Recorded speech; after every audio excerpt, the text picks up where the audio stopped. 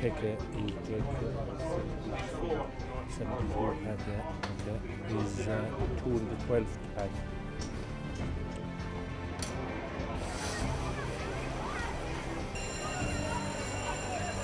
Here coming towards traps for the opening semi-final.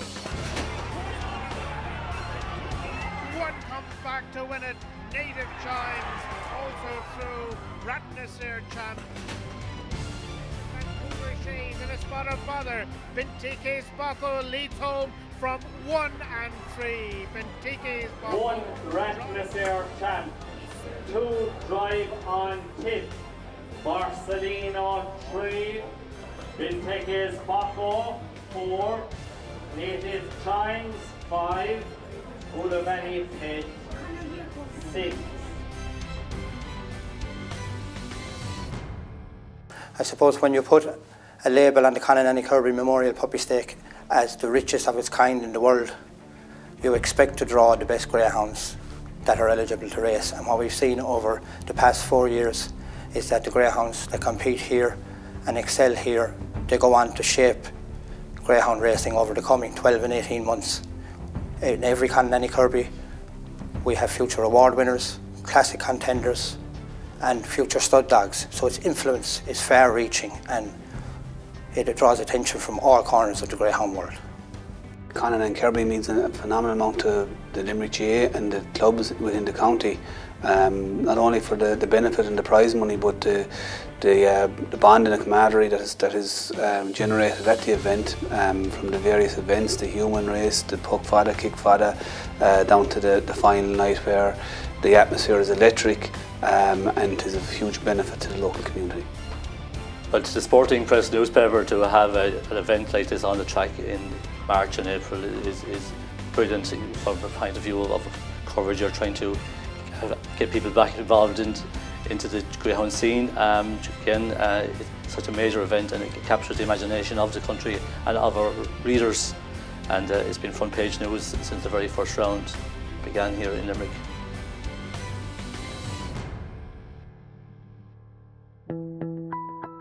As we are now counting down to the final of the Conn and Annie Kirby Memorial Puppy Stake final at Limerick, it's a chance to reflect on the stories so far. It began with a field of 72, and we picked up the action from round 2. We were down to 48 runners at that stage. Heat 1 was a 5-dog race won by Lughill Robbie for trainer Graham Holland and owner Larry O'Rourke in a time of 28:56. Also coming through here were Borsellino and Chalk It Down. Next up, it was time for Come to Pass to impress. He made it 2 wins on the trot for Peter Cronin and Stephen Carroll, winning in 28:68. He easily justified his favourites' tag to lead home from Coolavani Pet and Ivy Hill Blitz. In Heat 3, Native Chimes once again was a star. The Johnny O'Sullivan trained youngster was a neck winner from Ratnasir Champ, with Hazel Mixture back in 3rd. Early on, it was all about the Champ, who has excellent pace, and off the bend there was a thrilling run to the line. The time here was 28:63. Next, it was the turn of the Fraser Black runner Vancouver Shade to excel, winning by half a length from Too Cool for School, with Nitro Notorious in 3rd. Time 28:75. Pat Buckley trained last year's winner and had Bentike's Bako in Heat 5. He made a good start, maintained it all through to score from Clonbrine Hero and Alan Tank. It was a 4th win from 5 starts for Bako, who clocked 28:75. Heat 6 produced a win for the Patgill File runner Magical Vinny. Also qualifying here were JT Barracuda and its Rocking Jim. Time 28:97. There was a surprise after that. Paula Heffernan with Higher Level came through, showing tremendous all-round ability to win at odds of 10-1. Drive on Tip and Droopy's Garrote followed home the winner. The clock read 28:81. Finally, in round 2, She Who Dares Wins won by 2 lengths from Society St. Riddle and Frankie's Lady in 28:83. course, we saw there a couple of significant pointers there. One with two of our finalists going to the line together with Native Chimes, wore down Ratnasnare champ, which we'll see later wasn't the first time in the competition he done that. And what developed towards the end of the second round was the battle for our €5,000 bitch prize, where we had 3 bitches fill the trio in the last 3 races, in the last race, fill the trio positions, and we had only 1 bitch go through before that, with Coolavani Pet, who we'll see later is also here in the final, and she claimed her 5,000 prize last week.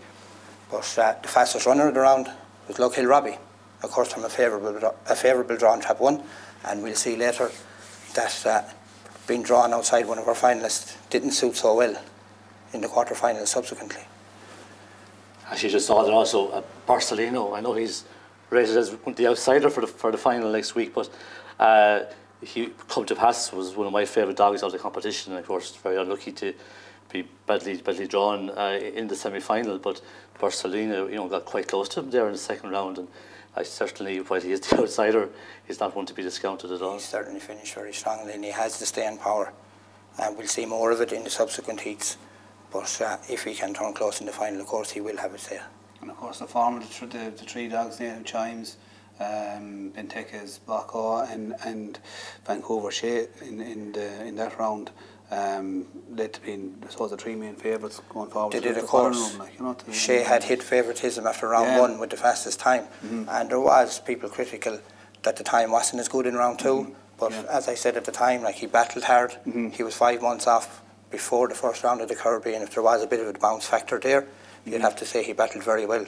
He retained his place at the top of the market, and as we'll see soon, he justified it in the next round. And JT Barracuda, I suppose, an awful lot put in for that dog as well. They were expecting big things. He was a big talking dog come to the competition, and actually his best run was still to come at this stage, even after he had impressed there. It certainly set things up nicely for the quarterfinals. It did. It's all getting very serious now at Limerick as we reach the quarterfinal stage of the Con and Annie Kirby Memorial Puppy Stake. Fraser Black's Vancouver Shea has been at the top of the betting since the start of the competition, and he cemented his position with a most impressive run in the first quarterfinal. Vancouver came away with them, but Ivy Hill Blitz moved inwards from trap 5 and there was crowding on the inside. This allowed the Diamonds Are Forever Syndicate owned Vancouver Shea to lead at the bend, and he was clear into the far side from Native Chimes and Ivy Hill Blitz. Native Chimes closed into the third but could make no further ground, and Vancouver Shea raced away for a 5-length verdict over Native Chimes in 29:40. Ivy Hill Blitz comfortably held on for the third qualifying spot. Pat Buckley, who won last year's Kirby Memorial with Droopy's Wilbury, has a live contender this year in Bentike's Bacco, which reached the semi-finals unbeaten. The Beverly Lockheed and Austin Whelan owned pup got away smartly and led to the bend from Nitro Notorious with JT Barracuda next. Bentike's Bacco led by 2 lengths early in the back, but JT Barracuda made ground on the outside to show second at halfway. He ran on well, but Bentike's Bacco was determined and resisted the challenge by JT Barracuda by half a length in 28:65. It was then another length to Barcelino. Liam Dowling's Coolavani Pet went off a strong favourite for the third heat, and she gave her supporters quite a fright before they knew she had prevailed in a thrilling finish. It was Ratnasnare Champ which again showed the superior earlier pace, and he led up from She Who Dares Wins. The tight-railing Coolavani Pet railed tightly to go second around the bend, while Chalk It Down followed him into third. Coolavani closed fast into the third bend, with She Who Dares Wins improving again in behind. Coolavani waited for daylight on the inside, and she got her nose in front in the final stride, and she prevailed by a short head in 28:68. We knew in advance that the final quarterfinal was all about early pace, with drive on tip and come to pass the inside runners set for a great battle to the bend. first advantage went to Drive on Tip as he broke fast, but then the Peter Cronin-trained Come to Pass hit top gear, and he scorched to the front. The Stephen Carroll-owned Come to Pass enjoyed a 6-length lead at halfway, but we knew that higher level charge was yet to come. She began to close near the final bend and she flew home. But Come to Pass kept on bravely to hold her by half a length in 28.75, with Drive on Tip another length and a half back in third. Well, I was here myself for that night of racing, and I must say it was one of the most exciting nights I have been here at Limerick. The racing was very, very clean. The 4 heats were extremely clean. All the best greyhounds got through. There was no hard look stories as far as I could see, and just looking there, it was Drive on Tip that night. I would have been a little bit disappointed with him, but I think afterwards I heard he was off colour coming into that heat. Graham Holland was just delighted that he qualified, and you know, he'd be a different dog now for the final on Saturday night. Yeah, well, I think even there he gave clues to what was to come. He ran very well down the back straight, and if he was off colour, you'd have to say it was an exceptional performance, and he has come through it, as we see subsequently. But again there, like we saw Coulivanny Pet get up close home, but coming off the bottom bend, she was coming up the inside, which will prove very significant as we go forward. But Come to Pass had a great race as well on the night as well, and I suppose you're looking at Vancouver Shea again and Benteke's Bacco really coming to the fore, like, you know, and you know, and I suppose if Drive on Tip was off form, in the later rounds proved itself well worthy afterwards, you know. The draw was hugely significant there for Come to Pass. Of course, he was able to outpace Drive on Tip on the run up, and crucially had the inside, which we'll see later. That the inside was crucial to his chances, obviously. But Bacco, there again, the inside very crucial to his chances there, because he held off Nitro Notorious at the bend, and it's the only night this campaign that he did actually need the inside line. He had dominated to the bend in all his other heats. So that's another crucial factor, that he does like to be in there, and if it is tight going there, but he got round and of course done another good time. And Vancouver Shea did it, in hindsight, it was the bounce factor in round 2, because he was sensational in the quarter-final again, and it looked like Fraser was back on track. Like he was the dog of the competition at the time, deserved his place at the top of the market. In terms of the semi-final, let's relive what happened last Saturday night. 1 Native Chimes, 2 Borsellino, 3 Ivy Hill Blitz, 4 Ratnaser Champ, 5 Come to Pass and 6 JT Barracuda. Here coming towards traps for the opening semi-final. Good start made by 4 Ratnaser Champ once again from Come to Pass. It's 4 and 5.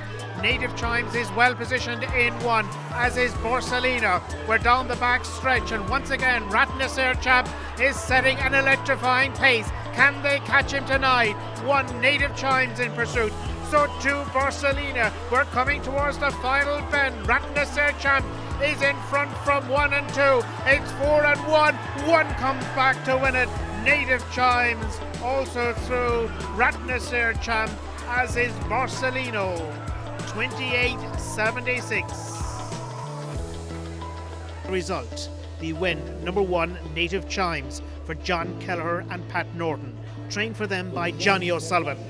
Second 4 Ratnaser Champ, and third number 2 Borsellino.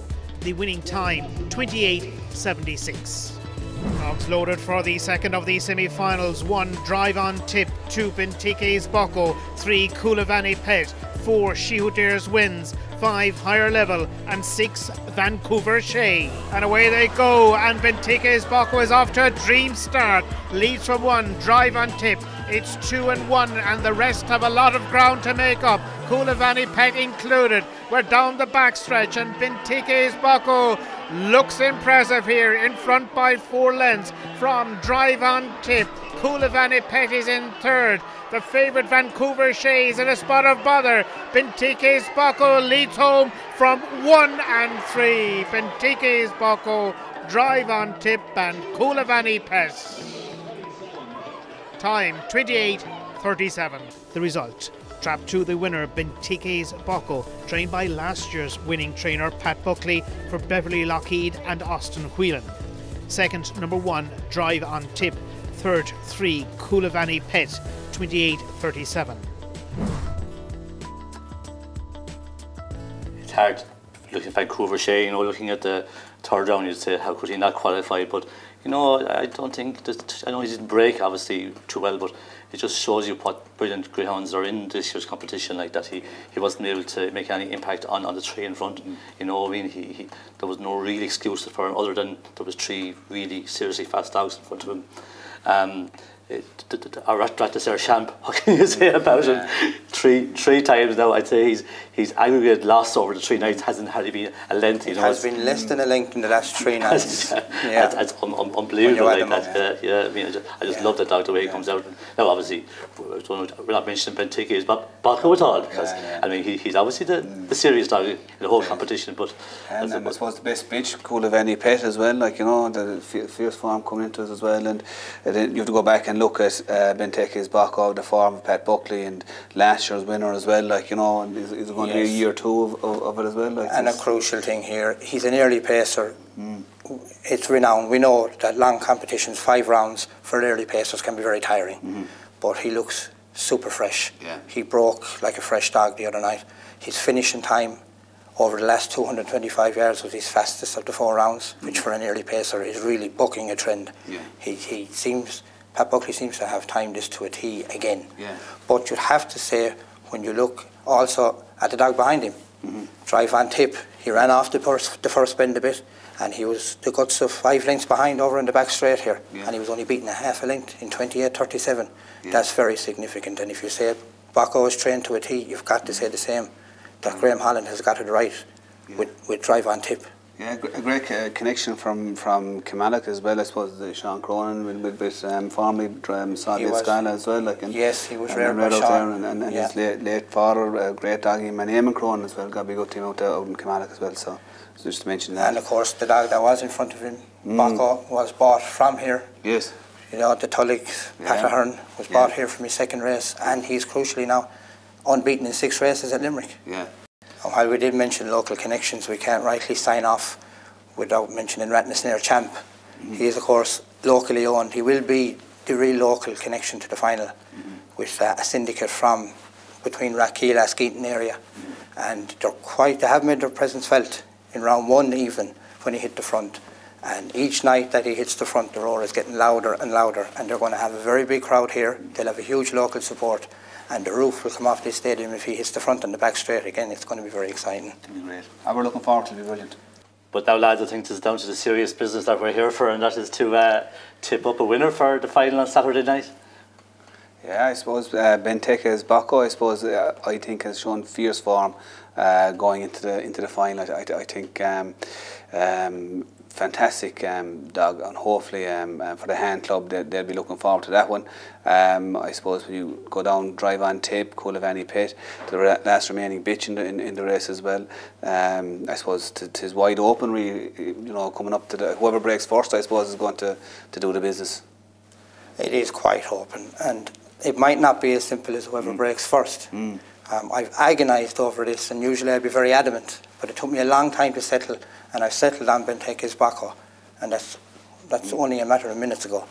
But there's a complication for everybody. We have their 2 set early pacers. We have Ratnaser champ on the inside.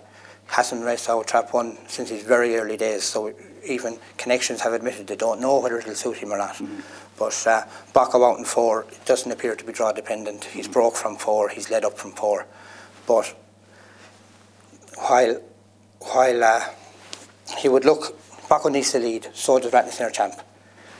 If champ is on his inside at the first bend, if the 2 early pacers do their business, there could be a bump. We've seen already that been drawn on the right hand side of Ratnaser champ. It done for Lug Hill Robbie in the quarter-final. It done for Come to Pass last week. These early pacers, they like to dominate. And if there's something on their inside at the bend, that's Baco's complication, where his is the most straightforward, but there is a complication for him. The strong runners would not like to see him get a clear run. And if Ratnaser champ can do his business on the inside, it opens the whole race up for anybody. Well, I'm basically you suppose at the head and the heart, I suppose the heart I'd love to see what their champ do at this time. And Francie Murray, who's this year's Hall of Fame recipient for the Irish Greyhound board, like, you know, put on occasion, it would be for him, and of course he's sponsoring the Cesar Ridge of Buffalo Mullingar the same night, so huge night for Francie. And I love, but a little bit like you, Trap One, I just think he could be better in 3 or 4 where he has been the last couple of weeks.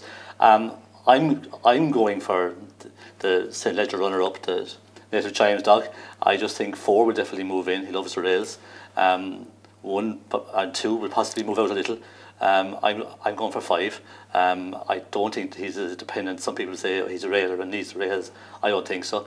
I know Johnny Kelleher is very, very sweet with him. He's been speaking to the sporting press and Anne-Marie O'Brien yesterday, and he's, you know, very, very hopeful of a good run. I think he could get plenty of room up the middle. He reckons he's a 550 dog. If he is, the extra bit of yardage around the middle won't, you know, bother him the least. And I think he's the one I'm going for, just because I think the 1 to 4 might just have a little bit of bother between each other, you know. It could quite easily happen. It could quite easily happen. And a crucial factor here is, to my mind, is how Drive on Tip behaves at the first bend. I'm not convinced he's an inside seed fully. He ran the bend very well here in round 1 when he led from Trap 1, but he hasn't led up since. And when dogs have crossed in front of him, coming into the first bend, he switches outside for a look at the hare. And he caused a bit of trouble last week moving out. He effectively settled the semi-final when he moved out and he stopped the run of Vancouver Shea on the outside. And he's going to be led to the bend, I think, by either Rattlesnare Champ or Baco. One or both of them are going to get it right and lead. And I think he'll switch outside, and that's going to be crucial. If Coulivanny Pet was drawn further inside, she would be the pick to sneak around that bend and get the run. But Trap 6 may just be too far out for her to get across. Yeah. And the crucial thing is who's going to get the clear run.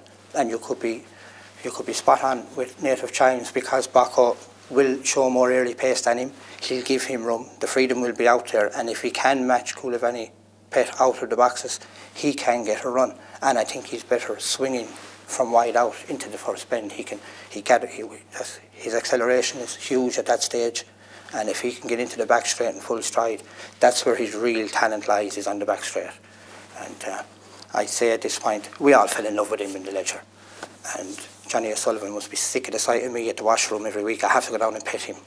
He's a real favourite of mine. But he needs to turn into the back straight in front of strong runners like Coulivanny Pet and Drive on Tip, because the way them two came home here last week was ridiculously fast. And if he's not in front of them going into the third bend, he won't win. It was fantastic going into the final, and I think it's a testament to the clubs and the Greyhound fraternity, even for the McManus family, to see the lift and the rise that is given to the stands, the crowd, the supporters. It is brilliant, and in fairness, on behalf of the clubs of Limerick, I would like to thank the McManus family in particular for their massive contribution to this event.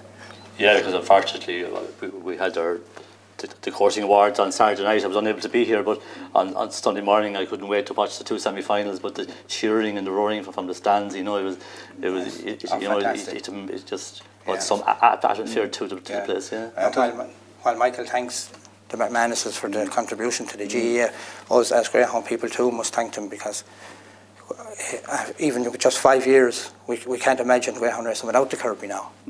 Its influence on the sport is immense in such a short time, and what they have created here with the GAA clubs. And I suppose the GAA clubs have bought into it. You look at the human race, I suppose, when you look at it there, and the lad from Cricora fought, and the race was great. And you look at the long puck and the long kick, and it was great, you know. And there's a great buzz, and I suppose there's a great cross community between GAA and the Greyhound industry. It is phenomenal, like, you know. And, you know, it is fantastic. I suppose you look in the final night for the clubs, it is a massive benefit for the clubs, with the winning dog bringing home 10 grand for the lucky club, along with a benefit night. It's fantastic, you know, the times that are in it to keep clubs going. 10,000 euros is fantastic, and you look at every dog is going to, and every club is going to receive a benefit on the night, going from ranging from 1,000 euros up to 10k plus the benefit night. So that's huge for the GAA clubs in Limerick, and you know, it's testament to the work that they're doing in the GAA as well, like, you know, so.